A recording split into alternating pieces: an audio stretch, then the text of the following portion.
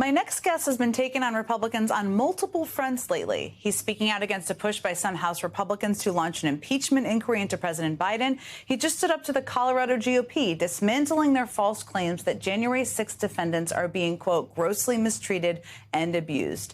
He even lobbed a savage clapback at Marjorie Taylor Greene, making sure she understands that her stint teaching CrossFit does not make her a legal expert. Oh, and he happens to be a conservative Republican and a member of the House Freedom Caucus, Congressman Ken Buck of Colorado. And the congressman joins me now. Congressman, thank you so much for being with me this afternoon. My pleasure, Ken. It's been really interesting to watch you on multiple occasions speak out so forcefully against the push to launch an impeachment inquiry into Joe Biden. You've also pushed back on the claim that January 6th inmates are being mistreated. Why have you been so vocal about all of these issues now? Well, Jen, we have really important issues facing this country. And as Republicans, we need to stay focused on the border. We need to stay focused on crime, particularly in urban areas. We need to stay focused on inflation. Those are issues that Americans care about, and they want to see a change in leadership in the White House as a result of those. If we start going down these paths that really bear no fruit, we are not going to get an impeachment through the Senate. We're not going to, the idea that somehow the January 6th prisoners are being treated differently than other prisoners in a jail that has a history of real abuse and poor conditions is just not true. And so we can waste our time on issues that are not important, or we can focus on issues that are. The reality is that the impeachment process is one that is going on right now. The Judiciary Committee, the Oversight Committee, the Ways and Means Committee are all investigating. They're developing really good information about Hunter Biden. I agree with Dan, your last guest, that there is not a strong connection at this point between the evidence on Hunter Biden and any evidence connecting the president. So I am more focused on the issues that I think Americans care deeply about. Well, perhaps Congressman Marjorie Taylor Greene, who you have been pretty vocal in pushing back on, is getting your message, because yesterday she posted, quote, this, quote, our country deserves for Congress to vote for an impeachment inquiry for very important reasons, not a rush impeachment vote. That is a bit of a shift in the timeline, a little bit of a pumping of the brakes on it. What did you make of that? Well, Marjorie filed impeachment articles of impeachment on President Biden before he was sworn into office more than 2.5 years ago. So the idea that she is now the expert on impeachment, or that she is someone who should set the timing on impeachment, is absurd. The time for impeachment is the time when there's evidence linking President Biden, if there's evidence linking President Biden to a high crime or misdemeanor. That doesn't exist right now, and it isn't really something that we can say, well, in February we're going to do this. It's based on the facts. You go where the facts take you.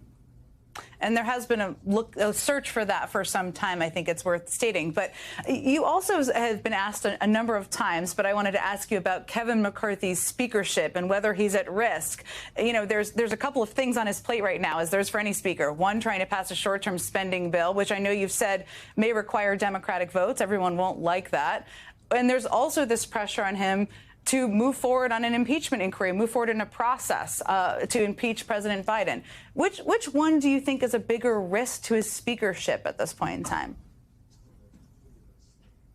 Well, Jen, I think there's a perfect storm brewing in the House in the near future in September. On the one hand, we've got to pass a continuing resolution. And we also have the impeachment issue.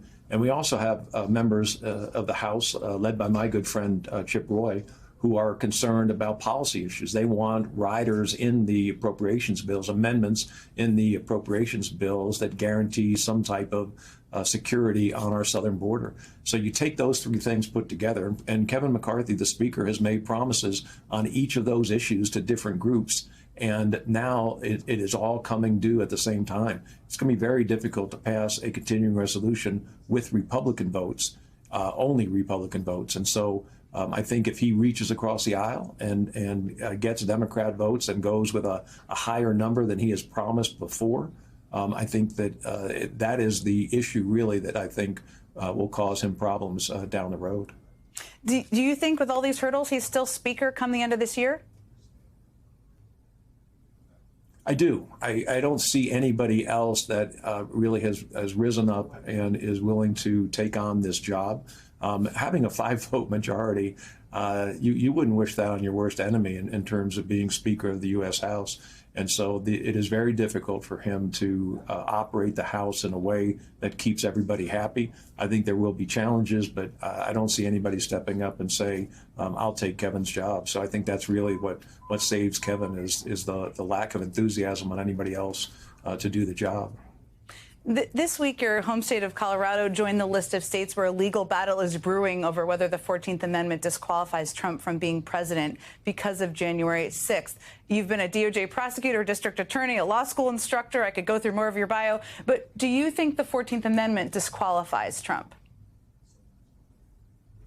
I don't. I think that the same issue has been raised to try to bar different members of Congress. In fact, I think it was raised with Marjorie in Georgia, and it has not succeeded in those cases, and I don't think it will succeed with President Trump, nor do I think it should, frankly. Let the voters decide. That's what this country is about.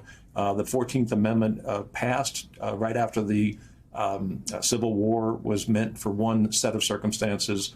I think that the voters should make a decision in this case.